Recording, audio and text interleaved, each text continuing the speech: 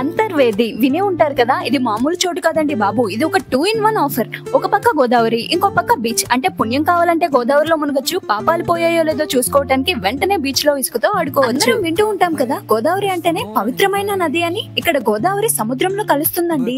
ఈ సంగమం చూడటానికి వందల వేల మంది వస్తారు. వీళ్ళు ఎందుకు వస్తారో తెలుసా?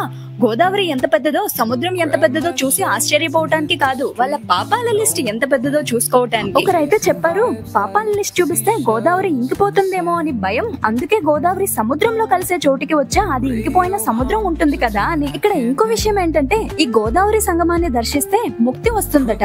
ముక్తి వస్తుందో లేదో తెలియదు కానీ, అబ్బా అంత దూరం ట్రావెల్ చేసి ట్రావెలింగ్ మధ్యలో కొన్న వాటర్ బాటిల్స్ మన కోసం కొంటున్నామో లేక సన్మామ కోసం కొంటున్నామో తెలియక ఇవన్నీ దాటుకొని లోపలికి వెళ్తే ముక్తి అంటే అప్పుడే వస్తుందండి. అయితే ఇదంతా నవ్వుల కోసమేనండి. నిజంగా అంతర్వేది ఒక అందమైన ప్రదేశం.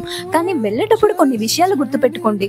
మీ పాపాల లిస్ట్ పెద్దదైతే గోదావరి ఒడ్డున కూర్చొని లెక్కిస్తూ ఉండండి, అప్పుడే అది సముద్రంలో కలుస్తుంది. మరి ఈ విషయం నేను మీకు చెప్పినందుకు మా వీడియోని లైక్ చేసుకొని మన ఛానల్ ని సబ్స్క్రైబ్ చేసుకొని ఇక ముందు పెట్టబోయే వీడియోస్ అన్నింటినీ చూసేయండి.